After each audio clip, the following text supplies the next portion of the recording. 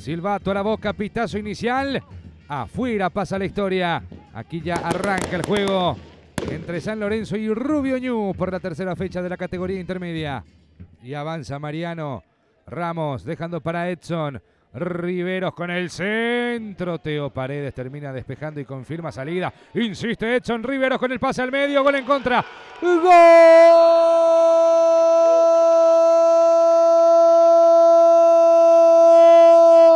De Rubio Ñu. Gol de Rubio Ñu. Gol de la visita. Apareció Teo Paredes. Se barrió, piden falta los de San Lorenzo. Se barrió Teo Paredes, pero mandó la pelota a la zona equivocada. Y en la ciudad universitaria, San Lorenzo está haciendo escuelita con el local. Salida para el equipo de San Lorenzo. Señoras y señores, final del partido en el Günter Vogel.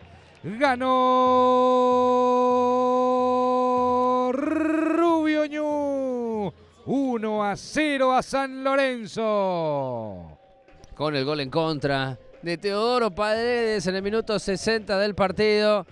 Tras 100 minutos de fútbol, termina en puesto de ascenso. Cerrando esta tercera fecha, el equipo de Rubio Ñu le alcanzó con esa jugada de pura insistencia, de puro empuje de su número 10, Edson Riveros, para terminar ganándolo a lo guapo.